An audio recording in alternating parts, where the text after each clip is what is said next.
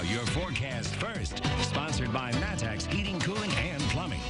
Well, some much-needed rain falling today across parts of central Illinois. Got some this morning, and then another little round moving in. You can see in Champaign County, we've kind of split up an area here just north of Champaign, a nice little cell right over at Tolono, and then just east of Atwood and west of Tuscola. You guys are getting in on some of that heavier rainfall as well. All of this is moving off to the east, so areas like St. Joe, eventually into portions of Vermilion County here, you will find these rain showers as they move in as well. No severe weather with any of that.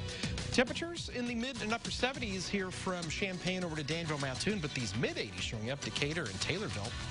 We'll have a couple of these scattered storms throughout to this evening, and then things clearing out. Put together another very dry stretch of weather. We'll talk about it coming up. WCIA 3 News starts right now. On WCIA 3 News. Now from WCIA 3 News. Part of an interstate was shut down and several people taken to the hospital after a multi-vehicle crash. And time is ticking until marijuana is legalized in the state, but several towns in central Illinois are still trying to decide how to handle it. We'll tell you what they want to know from you. The governor got rid of the statute of limitations for some sexual assault cases, but even that has its limitations. What that means for some old cases. You're watching your local news leader. This is WCIA 3 News at 5. In general, driving a semi with a big trailer on it's scary. Now truckers say they're being more cautious on the roads, and they're encouraging others to be more aware before they get behind the wheel. Good evening, I'm Paul Cicchini. And I'm Jennifer Roscoe. Several drivers were sent to the hospital after a multi-vehicle crash in Indiana Saturday. It happened on I-74 near the Illinois-Indiana state line. WCIA 3's Jamie Mays is live in our newsroom. Jamie, do we know how the people are doing in that crash? Jennifer, the Vermilion County Sheriff's Office in Indiana says several people were sent to the hospital. All of the patients have been released except for one teenager who is in critical condition. Police say a truck driver failed to slow down due to slowed traffic. Several cars crashed into each other in a chain reaction. A car, pickup truck, SUV, and another semi were involved in this accident. I spoke with the truck driving instructor. She says she wants drivers to be more careful when they're on the roads. Pay attention, no distractions, no phones, no conversations. Merges are dangerous, so you have to watch what you're doing on the merge. No distractions. The actual cause of this crash is still under investigation.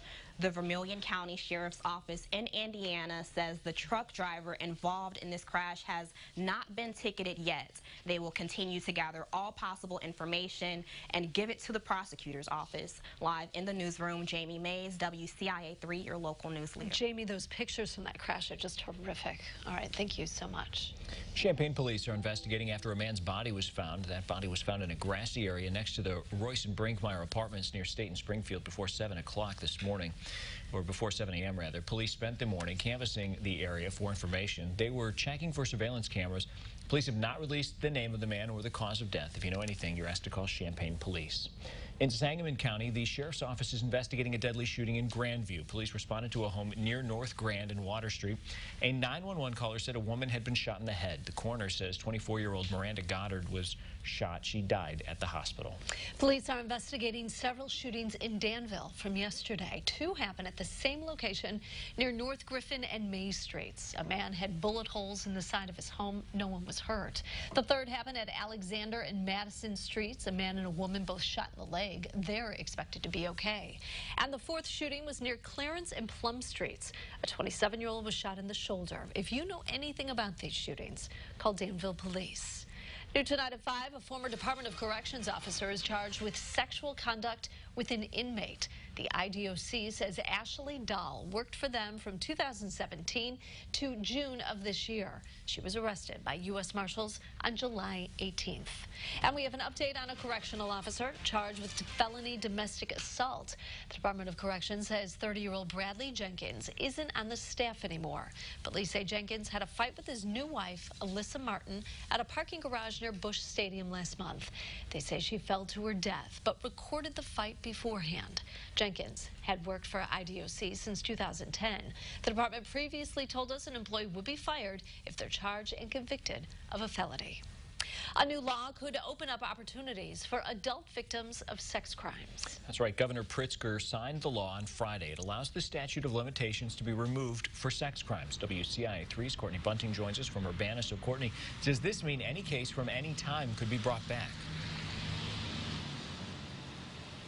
Now, it's not quite that simple. It would only be taken away for cases where the statute of limitations is not yet expired. This means if a case is past 10 years old, it won't work. It only applies to the ones that are within that 10-year period. So this possibility is already affecting some cases in Champaign County. Today, a man was in court for criminal sexual abuse charges.